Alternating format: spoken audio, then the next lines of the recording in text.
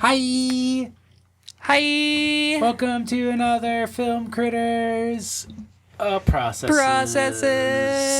A double feature. Two movies for the price of however long this episode is. 2 movies for the price of 2 movies. Two movies for the streaming movies in the time of coronavirus means that we pay a lot of money for them. We do. To support our local theaters, which you should too. I'm Baru. I'm Jay Bearhat. Yeah, that's kind of what we've been doing. We've been chipping money in for our local Seattle small business theaters. To be clear, we're not streaming shit on AMC's website or anything like that. Yeah, we're not like, wow, I'm gonna give AMC $20 so I can watch Scoob on my laptop. Kids, you want to watch Scoob on Prime? God, we all just speak a bullshit language now. Anyway, yeah, we saw two interesting films that we're gonna chop it up about. The first one, I think the first one we should talk about is a movie called Never, Rarely, Sometimes, Always. Yeah, no, I think so as well. So Never, Rarely, Never, Rarely. I literally have to remember like what the title drop is to like remember the order that the title is.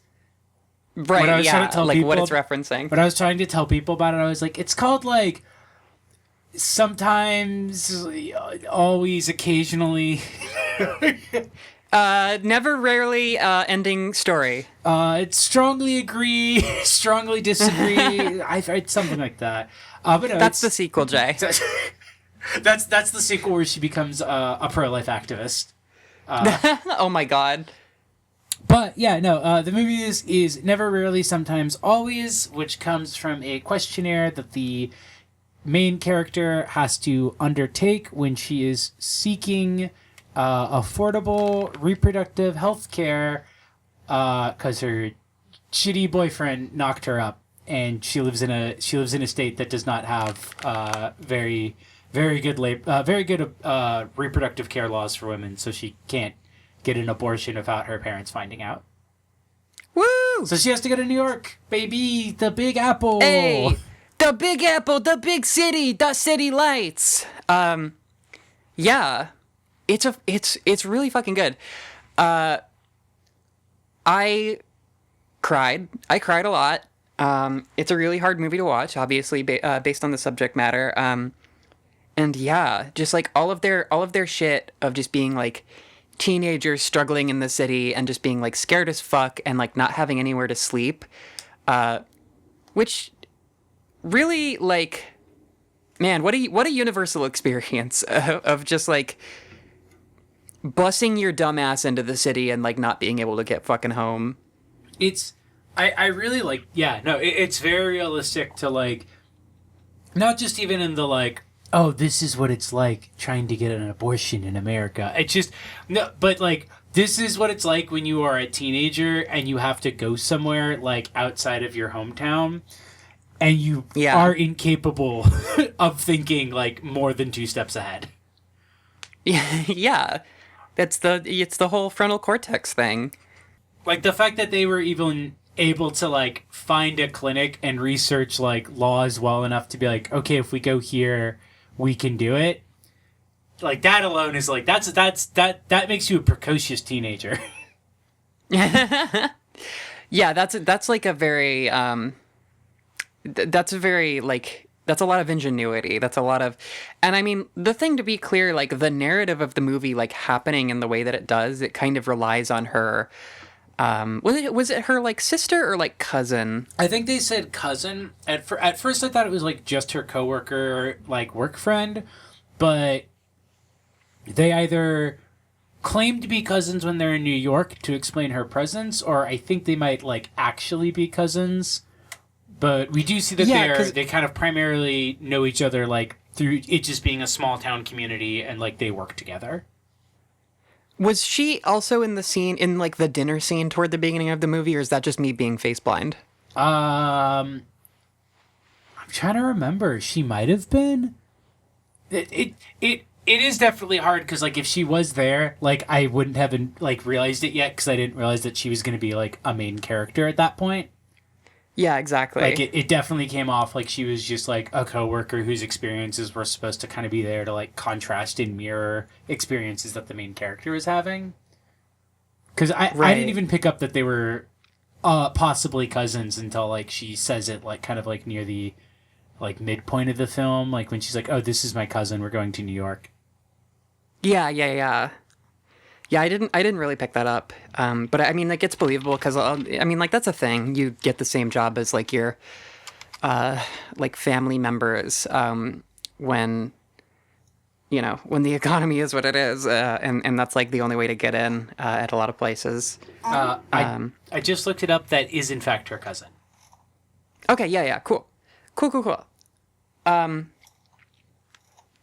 yeah, it just paints a really nice portrait of solidarity, but like for real, where like these cousins like have to kind of care about each other, and it is also a two-way street because there's all these like really really good scenes of the girl who's getting an abortion being like really stressed out and like pushing her away and being like, actually I don't need your help, actually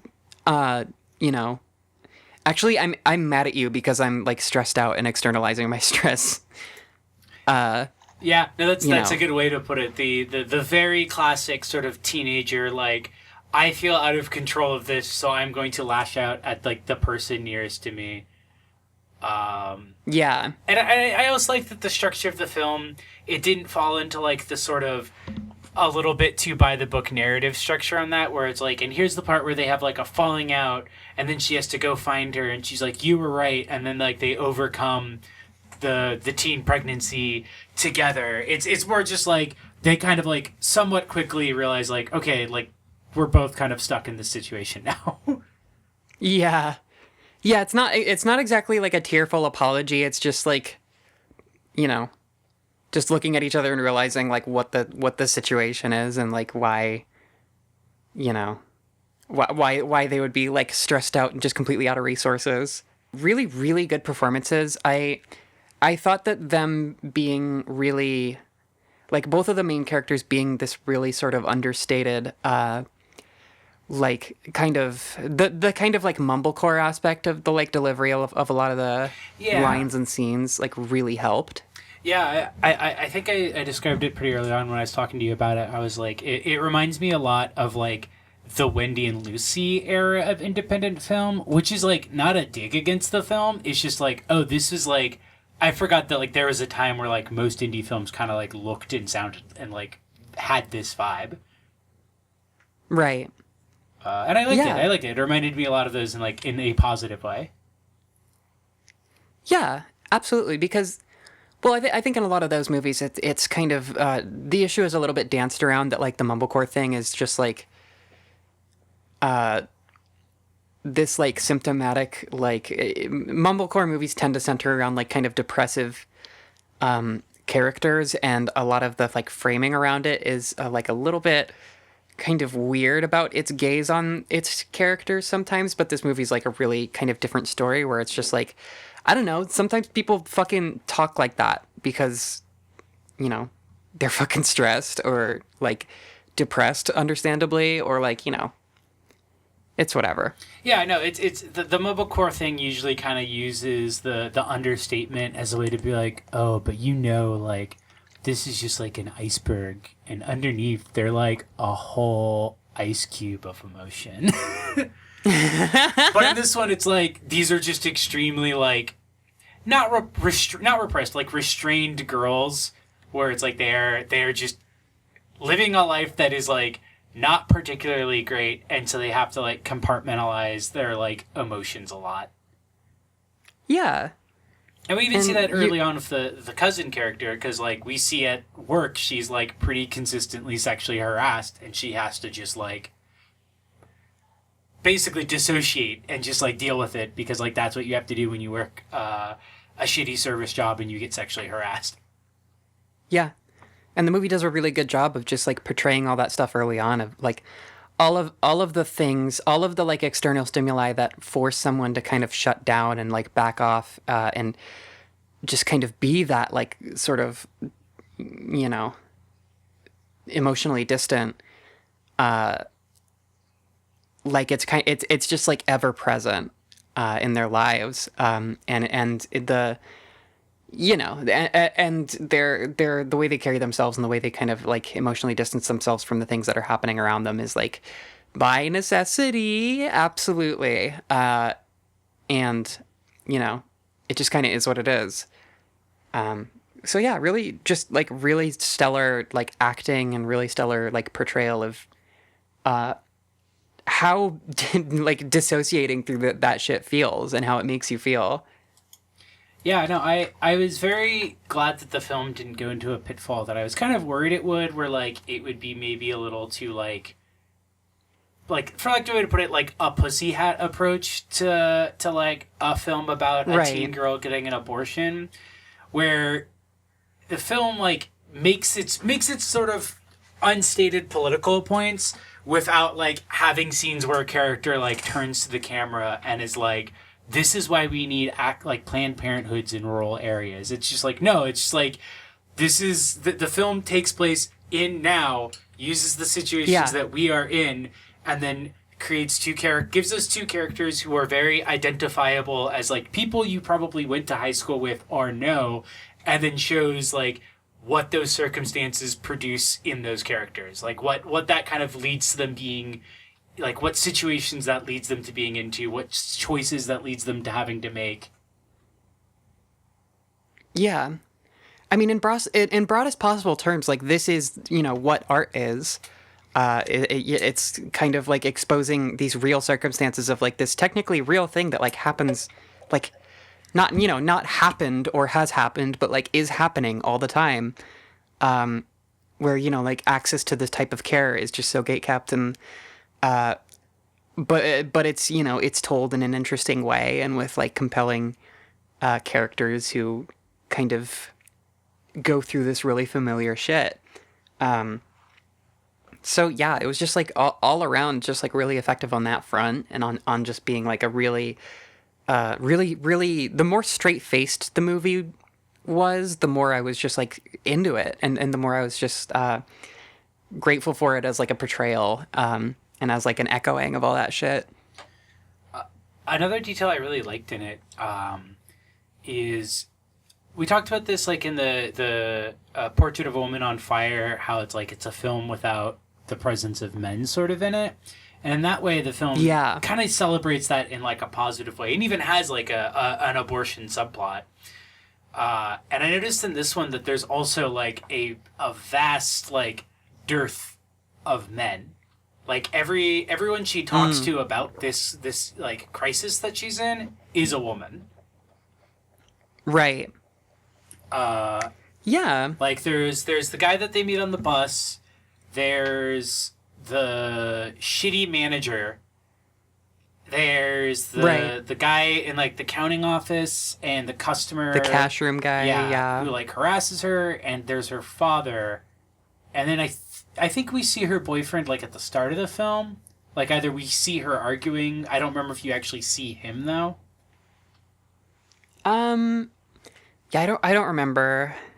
But it's still something where it's like, but every step of the way of her, you know, in being in the situation and getting from like realizing it to like getting there, like when she goes to the shitty local clinic and they're like, oh, we can't do this, and we have to show you like literature on adoptions and abortion and anti-abortion videos. Yeah. We have to show you a video of a man talking about how evil you are. Yeah, like that's you know, it's a woman there. When she gets to the Planned Parenthood clinics, it's all women who are helping her. It's I really like it how the film sort of portrays this sort of like network of women that kind of are like this undercurrent that like can make these connections that allow these things to happen. And it makes you realize that like without these people, like these women would not be able to be in this, or like would not be able to like take the necessary steps they need to take in these situations. Yeah. which Yeah, ties into the thing we talked about before of like solidarity, where it's like it is because of the presence of women in her life that she's able to go from the start of the film to the end of the film. Because without those women, like she would just be screwed. She would be stuck. She wouldn't be able to take care of her abortion. She would probably have to tell her family. She would be trapped in this like what is revealed to be an abusive relationship. I mean, yeah, there are so many just like aspects of kind of like male control over their lives where like it's just so implicit that like bucking it or saying no to it would just make everything absolutely worse. So, yeah, like there's absolutely no chance that like the news of her A being pregnant and C like B wanting an abortion, like that is signing yourself up for like the worst imaginable treatment. You know, just getting dragged through the absolute fucking mud. But then, you know, you kind of, the movie spends so much kind of threatening you with the background radiation of that. And then it kind of unfolds into like care workers who are, you know, taking her at her word and taking her seriously and like asking her questions. And that was really the most like powerful, kind of shit in the movie because like you just have her in a room with her like with all of her defense mechanisms at like 100 because that's how she lives all the time, and this like care worker who, you know, doesn't like necessarily care about her personally but cares about like the well-being of people in general and is like wants to help and has like full intent to help. Like that's just like a room of two people where that's the dichotomy is like really really it just made the whole point of the movie like really really stark. And I think that was I think it really worked as like the midpoint or like the sort of tent pole of what the movie's doing. And it's also where like that's the scene that the title comes from, and I really love it because it's like the whole scene is focused just on I looked it up, her name's Autumn, just on Autumn's face. Great performance there. But then, like, the complementing performance that I love, too, is the social worker, because you basically don't see the social worker in that entire exchange. Like, you see her kind of, like, in parts of the scene, but her voice, like, so conveys so much of just, like, both, like you said, like, caring for her, but not so much as an individual, but caring for her as, like, a caretaker, but also, like, saying these things that it's clear that she's had to say, like, hundreds of times before. Yeah, absolutely. Like, just the way in which she delivers her lines, where it's like, she's fully aware that, like, it is entirely possible that, like, I will never see this girl again, that I will not be the one to give her these help, and I'm basically just having to say these things because it's like, this might be the first time she's ever heard that, like, there are people who can help you. And, like, just the level of, like, care combined with, like, the level of defeat of just, like, knowing that, like, you are going to have this conversation probably multiple times a day as part of your job.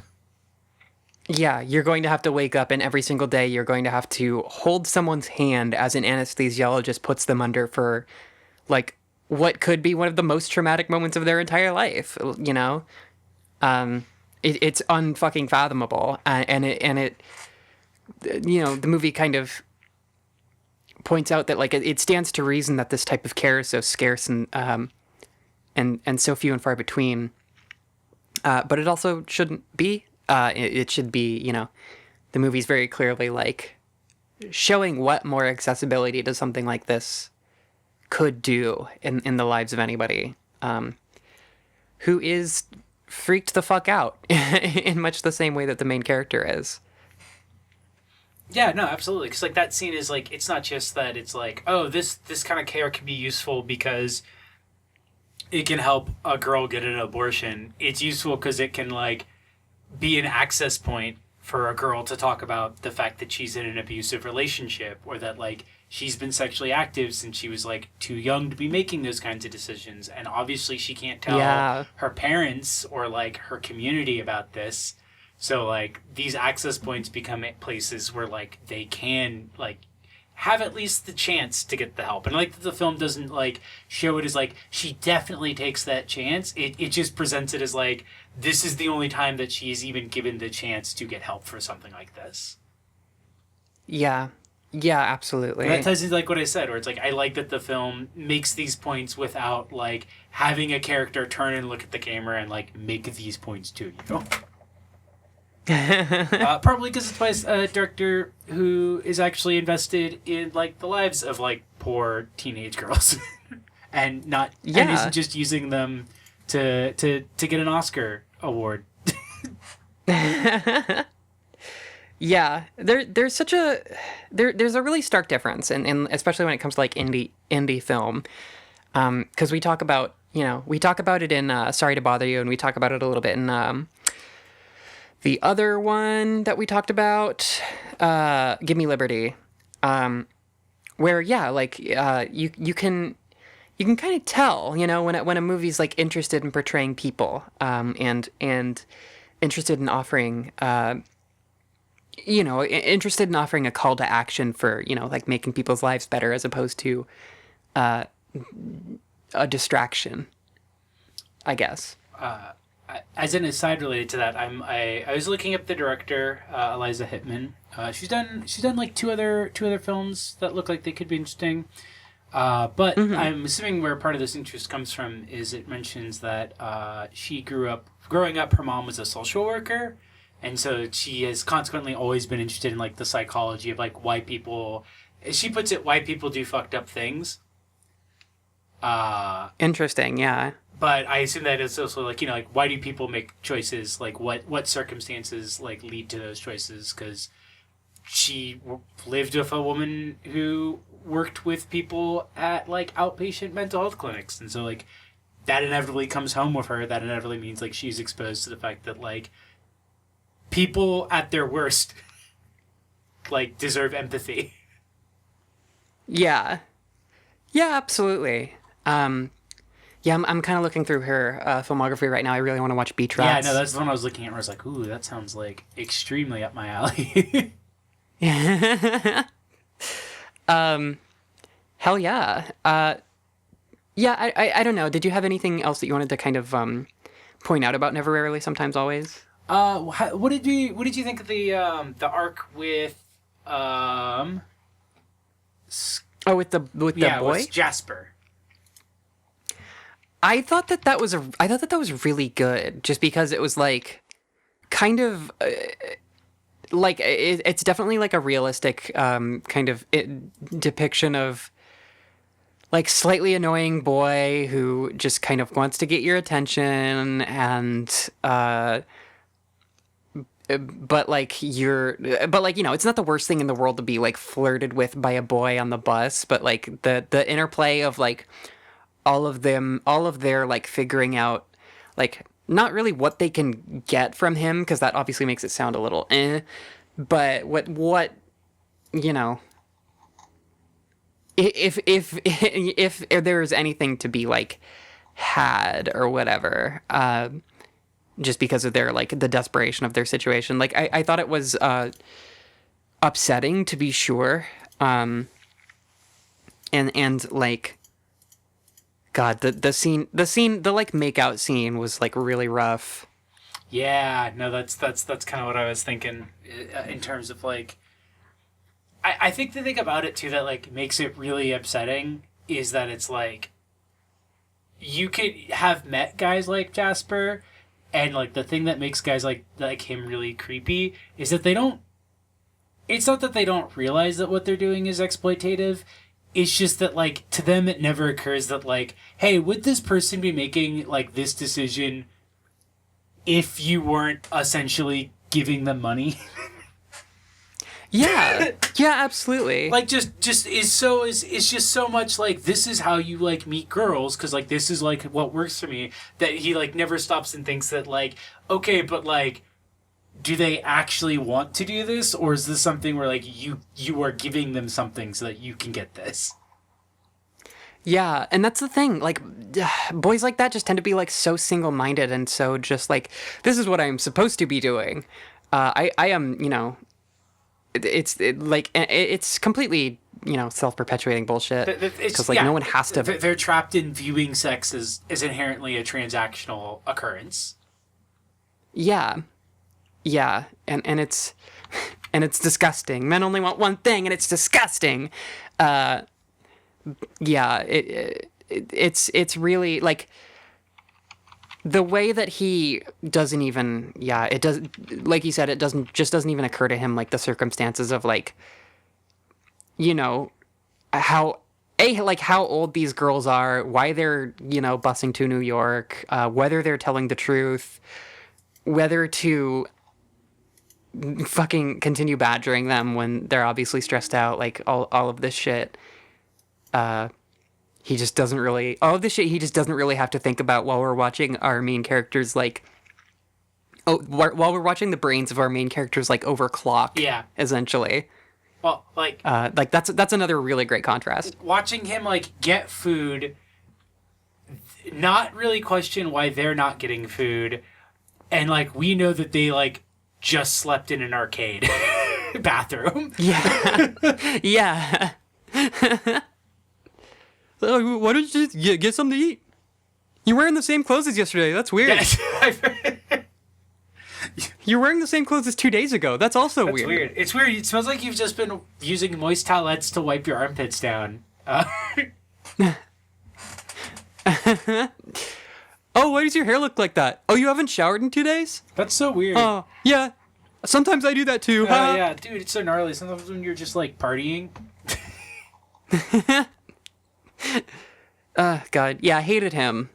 I really liked how, as much as, you know, there's the solidarity there's still the way in which Autumn, like, doesn't really talk about it. Like, there's not any real point where, like, she and Skylar are like, we are going to New York so you can get an abortion. Like, I don't think she ever actually says abortion to Skylar. Yeah, no, they don't, like, say the words. And I really liked that, because that also ties into, like, these sort of things of, like, the context in which they're living. And it's like, even while they are going through all of this, and even while they are fully aware of, like, what they are doing, it's so stigmatized that, like, they can't even really, like, talk about it. Right. Like, there's, like, that last scene where they're getting food together, and they're, like, both in a more positive mood. And she just, like, doesn't even really want to talk about, like, how the procedure went, like, if it was okay, like, what happened. Just, like, yeah, they've been through all this, and she's like, she still can't even, like, talk about it, because, like, it's just such a, like, stigmatized thing for them that they're like, you know. That was another unbelievable scene. Yeah, that really, like, because, like, you know, we all just saw like everything that she just went through, and it just, oh, you know, whatever. No, it's like fine. It was like chill. Yeah, no, they took me under, and they, like, you know, they, like, took the baby out of me, and, you know, it's like fine. It's like whatever. It's fine. I'm fine. It's cool. It's fine. Yeah. Thanks. No, like, it's chill. Thanks, though. Thanks. All right, thanks for the abortion. Thank you. Bye. God, I, like, so owe you.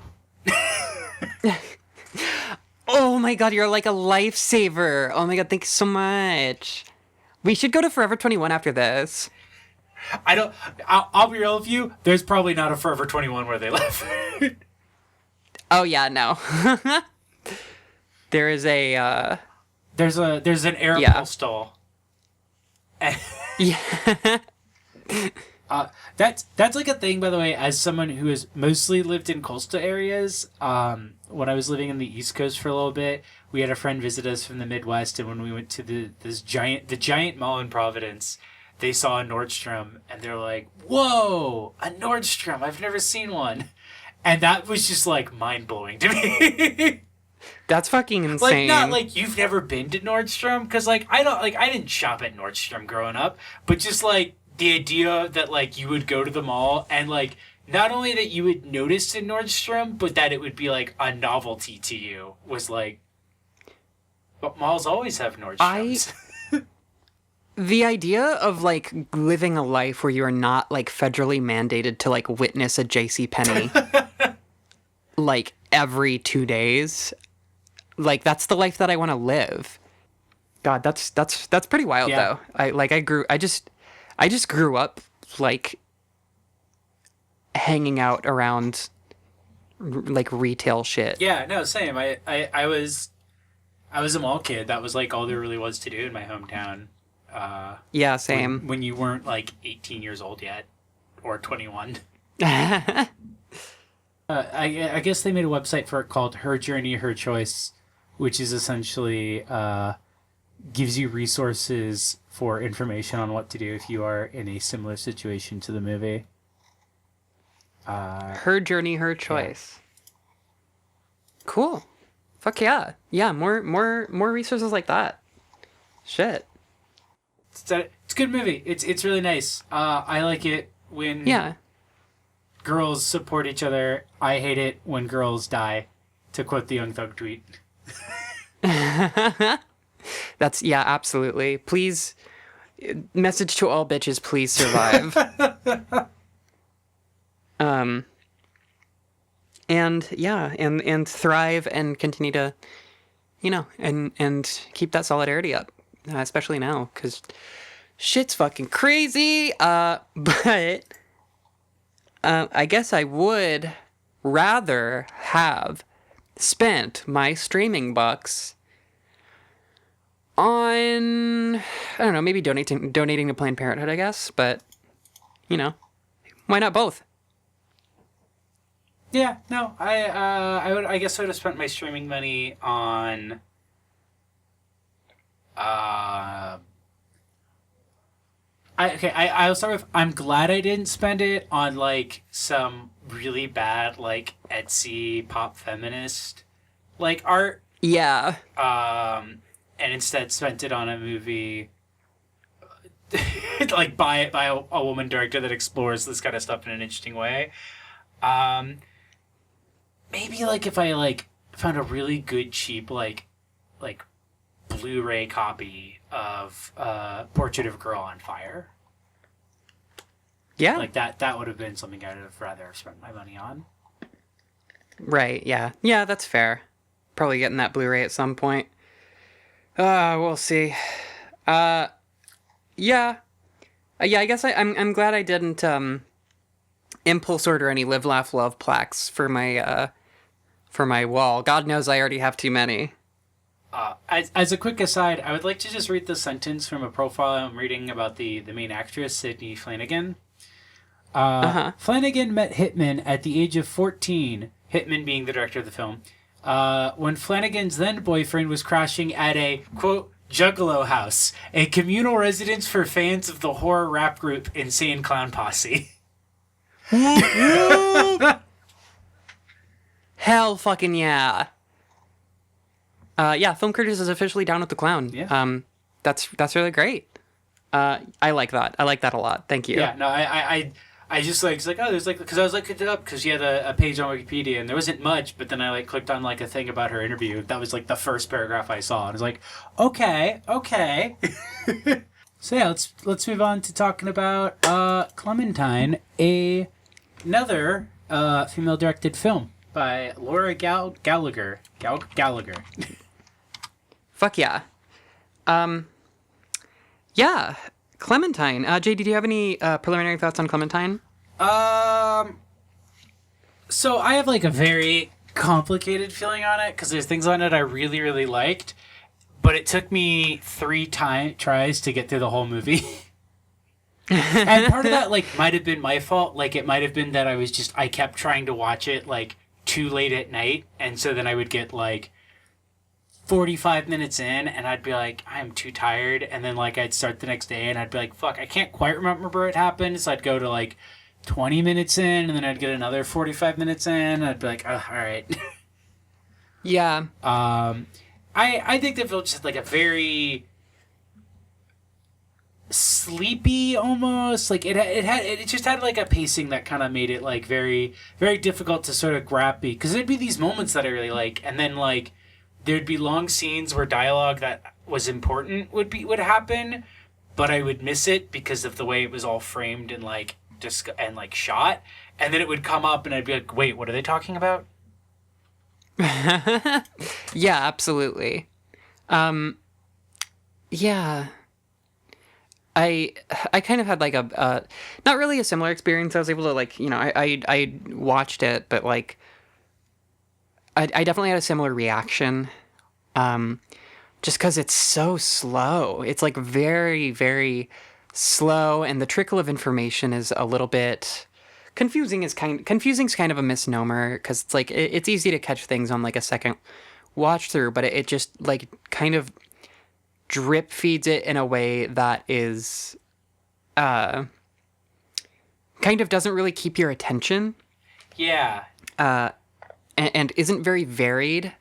It's like it's kind of like a 2-track plot, and so much time is spent in the beginning, like the very, very beginning of the movie, setting up the first track, which is that like this girl is getting over, I guess, a really bad breakup, and is like breaking into her ex's lake house, which like I think that's more fun if you make it clear that like she's breaking into her ex's lake house and like smoking a J on the porch, because like that's cool, that's fun. The first time I watched it, I was like, what is going on? Like, why is she doing this? Whose house is this? What the fuck?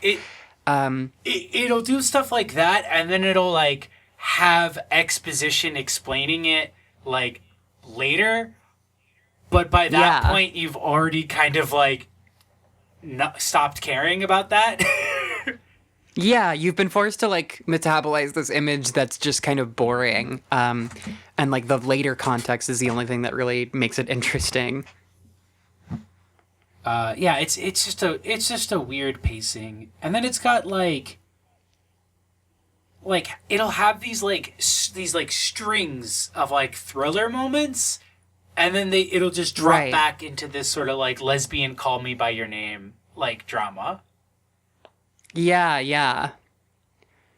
Which that just seems so weird to me. It just like the tone and like the shifting of those sort of like genre and like all of this shit, like in theory it was fine, but I think that like the order of events was just like it should have been not more nonlinear, but I don't know, more varied, more dynamic, more active, and you know, more able to like keep someone's attention and to kind of keep a level of tonal consistency, I guess.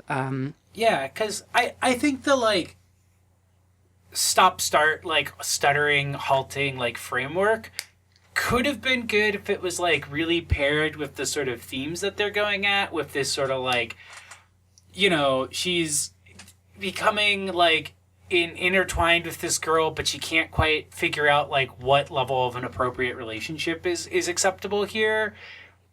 And so like matching the pacing of the film with that, matching the pacing of the film with like her stopping and stuttering like relationship to her ex would have been interesting. But it's like the pacing of the film doesn't really match the pacing of like the emotional like pulls and pushes that are happening. Yeah. And there's all of this sort of, there's this whole narrative of like she like this is kind of her lashing out, I suppose, and you know, the main character is like not necessarily in that good of a place, which helps to kind of contextualize her actions in the movie that like kind of make it turn toward a more like a thriller plot. But the movie doesn't really do that much of a great job of like humanizing her decisions or making them make really that much sense, because it's like on the page it's literally like you broke into your ex's lake house, you stole her gun, and you used her gun to steal like someone else's camera. I was about to bring that scene up, because like that scene, I literally like, that was like on the third watch of it, I backed the movie up to be like, what? How did we get here? Yeah. Which it was just, it's just such an escalation, and it's like kind of largely unbelievable, just like because the tension between, I guess, I don't know, most of the screen time of the movie is the tension between like her and the girl that she's crushing on, and the guy that's just around, and it doesn't really make it clear. Like, for one thing, the film repeats itself, because the girl like says, you know, here's what they did to me, and then she goes and she gets revenge over what they did to the girl, and then she watches the video to like watch what actually happened to the girl, and it's just like this hyper focusing on something that kind of like it certainly does have a lot to do with the plot, and it does have a lot to do with like the character of the girl. But there's just like at that point there's just so many moving pieces that it's just hard to believe. Yeah, and it's like it's this weird thing because it pairs the teen girl lying about her age with her lying about being essentially assaulted, which is very weird pieces to pair together. She wasn't really like lying, the way I saw it, I guess. Well, so because like the story, because like this is part of the reason why I backed up. Was like the story she tells her is like not what happens in the actual video. The actual video is not great, but like the story she tells is like completely different because it's something that casts it as a lot more sinister and coercive than the actual dynamic was. Yeah, I mean, I still saw the dynamic as being kind of sinister and coercive, but I also like saw, I don't know, it's also just like, it's at that point that it definitely just becomes like a really weird, complicated situation that this person has like voluntarily wrapped herself up into as a way to like distract herself from her breakup or whatever, and distract herself from herself. That, you know, I maybe thought the movie was like trying to lean onto that. I don't know. I don't even know what to say, because there's just like a lot of complicated, like contrasting, competing elements that are going on. When the movie kind of started to focus on Beau, is definitely like it was like kind of picking up steam, and then the more it focused on him, it kind of lost steam and like made less sense. And I do think that there was like an aspect of like this girl is like the younger girl is definitely kind of I might have just had like never, rarely, sometimes, always too much in my head, just because like the girl is just kind of compliant to like attention from boys or whatever. Yeah. In a way that to me didn't seem like she knew what she was doing, but I don't know, that might just be my read on it. It's very complex. It's like weird. Like that's kind of like a big part of it. And I think something, personally, I think like a thing that the film kind of arguably, I would say, drops the ball on is making it too clear that Lana is lying about her age. Because like I really liked the scene at the like near the end when she's taking the camera to her house, and like first off, she first finds off that like the story she was kind of told about where she lived was like obscured to hide the fact that she lived in suburbs, not in like a cabin. Yeah.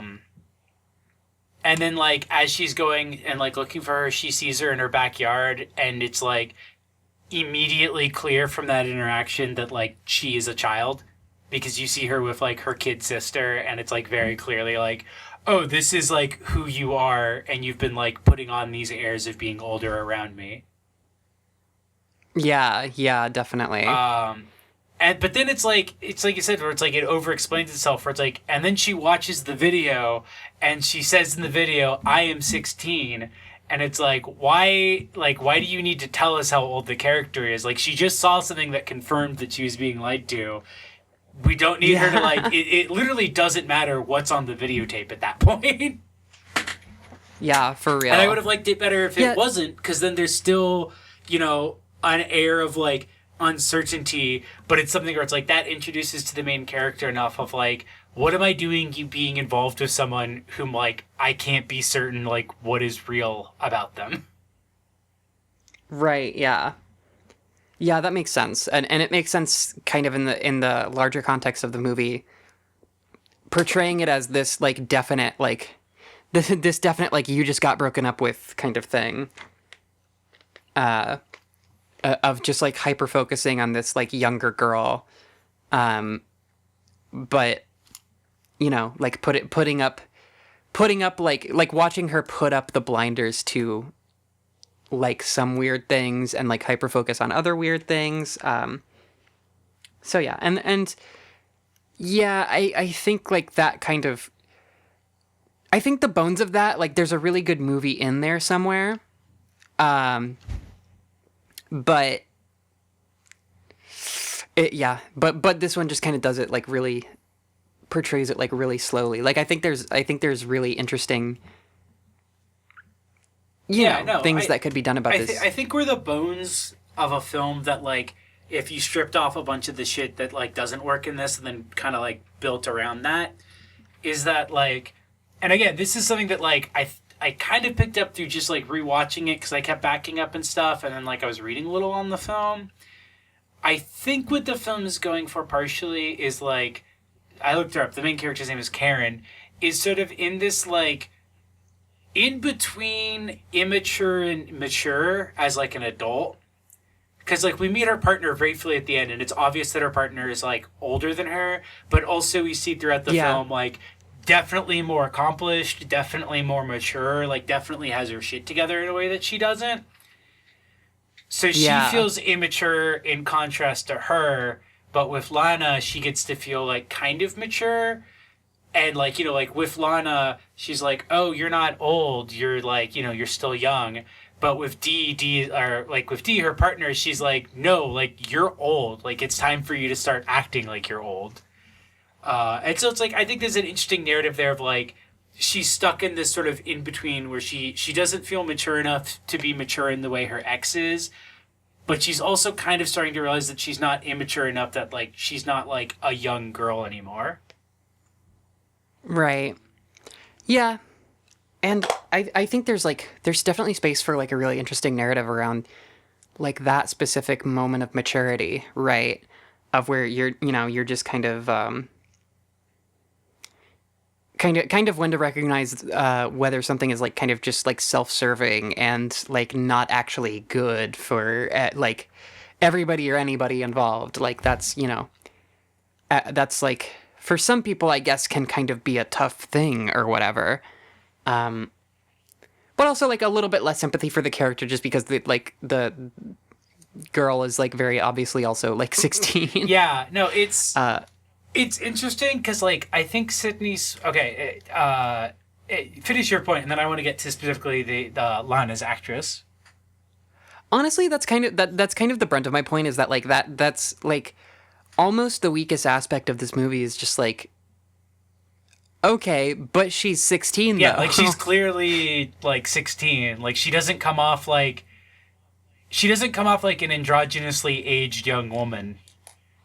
She comes off like a teenager who's very good at pretending to be an androgynously aged older woman, but is very clearly a child. Yeah. And that's actually what I wanted to get into. So the actress who plays her, Lana, Sydney Sweeney, as I was watching this, is like I recognize her from something. She is in Sharp Objects. Oh, cool. Which is very, very good. The adaptation for it. Which is very, very good, and actually like has very similar themes with regards to like young characters who like flip between pretending to be really young and pretending to be really old, but very intentionally sort of like obfuscate their age like dynamic. Yeah. She doesn't actually really play that character. She plays like a very minor character, but she's really good in that as well.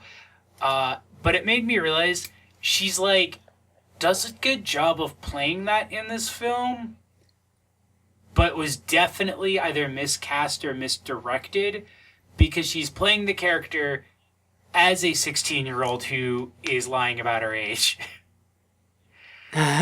which makes the main character being uncertain of her age, like we were just saying, feel really unrealistic because like when it got to that point where she was like, oh, you are younger than that, I was like, did you not know that?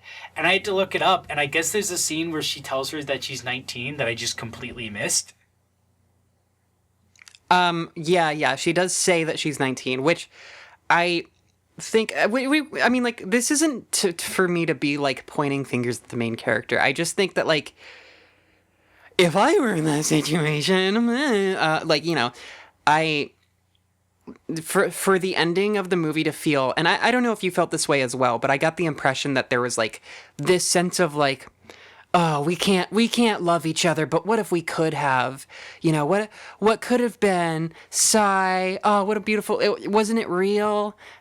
When, like, after that point of just like a certain level of getting lied to, like, I wouldn't really be crying. I would just be like, no, it wasn't real. Like, or like, you know, I felt things, but I'm also just like gonna fucking like disengage, like, you know, like, it wouldn't be like a tearful, like, Yeah, no, exactly. oh, you could have lied to me for a longer term than that. Oh my gosh.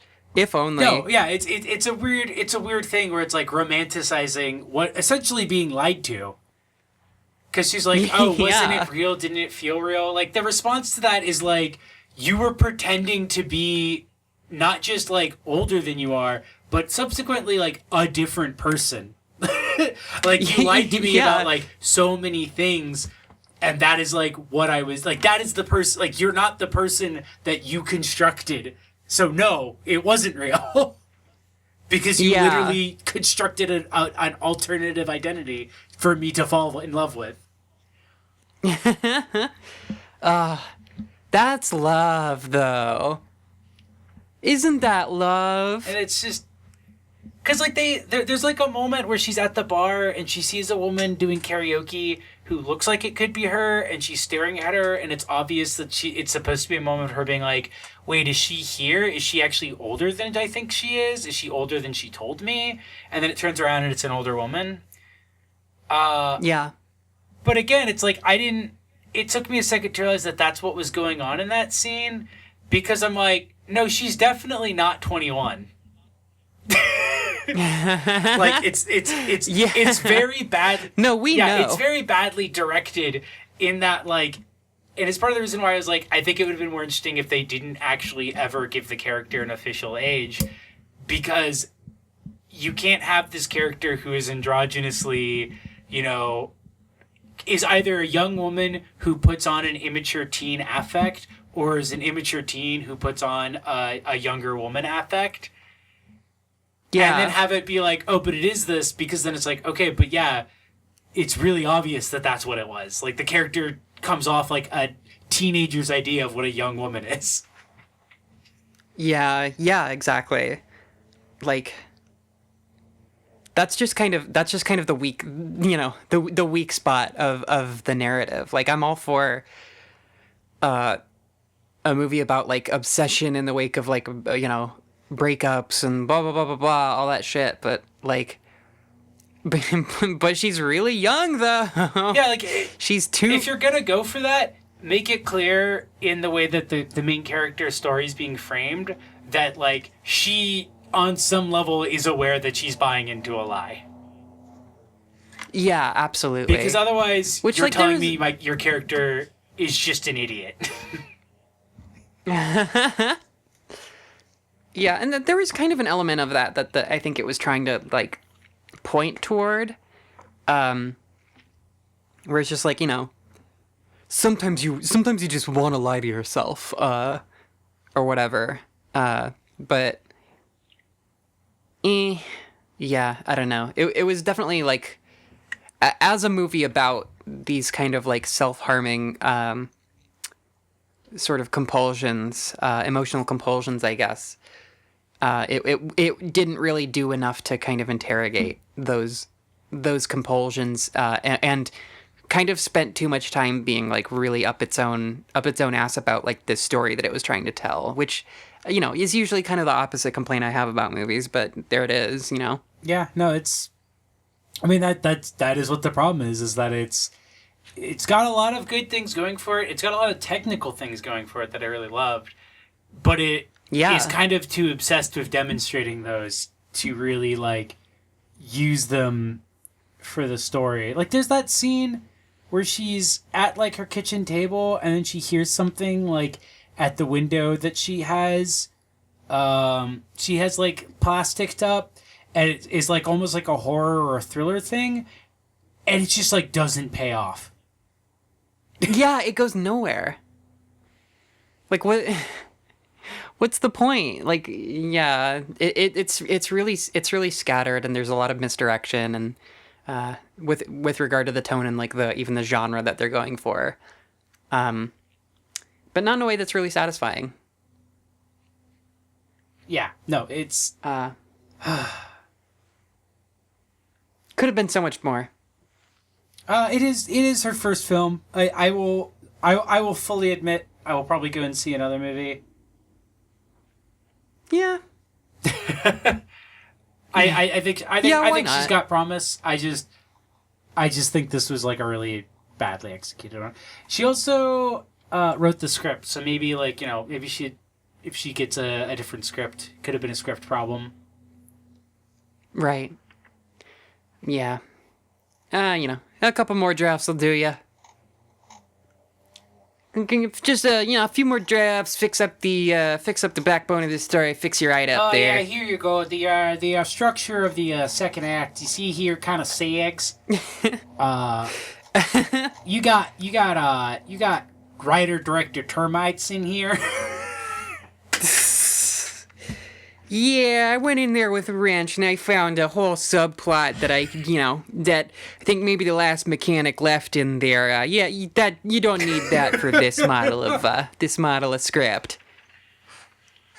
Yeah, I don't know. That's pretty much the brunt of Clementine. There's not much to it, or rather, like there technically is, but it's all just so disconnected, so kind of disparate that it's like hard to. It's hard to wrap together. So what would you have rather spent your streaming? I think it was like $12, like $12 on. Yeah, it was like $12 or something like that. Oh, perhaps. I don't know. Maybe like a one night Airbnb. In like a closet, in like someone's in like a shed in the woods.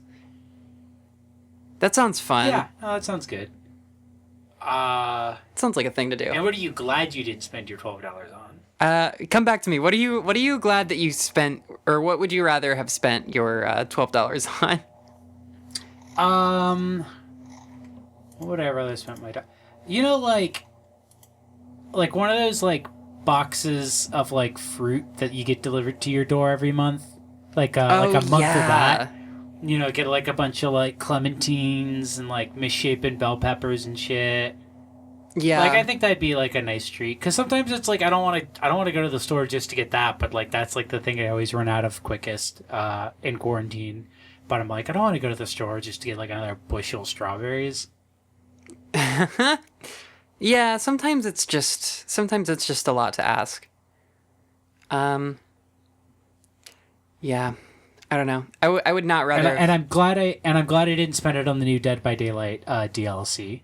Oh wait, or Dead by Daylight at all. Oh wait, is it the Silent Hill thing? Yeah. Fuck that. I'm so annoyed by it. It's so annoying. I hate Dead by Daylight. Fuck yeah, honestly. Also fuck Konami. Like. Yeah, no, for real. Like, ugh. I mean, yeah, for the gamers in the crowd, you guys know why. The last good Silent Hill game was that weird pachinko machine that had like the insane commercials for it. Yeah, I'm glad I didn't send my $12 to Konami. 'Cause fuck them. Yeah. Yeah, no, so they went to whatever this fucking production company is, and our local theater, Northwest Filmed Fest. Northwest Film Forum, who I that's actually who I watched this through. Shout out to the Northwest Film Forum. Yeah, no, same. It was good pick, guys. Good shit. Thanks, guys. But yeah, we're actually we're gonna record another episode. Another twofer is coming. It's gonna be horror themed, about some newish horror that has come out recently, or not really actually horror. There's like one horror and one thriller. Yeah, but very very much like how these were two films about the girls. Yeah, this one's The for next the one girls. is two films about people who missed movies from the early 2000s. People who missed the wrong kinds of movies from the early 2000s. Oh boy, yeah, that's gonna be an exciting episode. But yeah, thank you for sticking with it. Thank you for joining us. We also do a monthly Throws It Back where we talk about an older film that is voted on by the people following us on there at the $5 tier. I've been saying all this while I've been signing into our Patreon. It is up. Next month's theme is Hell is Other People. Yeah. And this month we did Wild at Heart as part of Dern Gang. Yeah. So the Wild at Heart episode is a lot of fun. And then we've got yeah.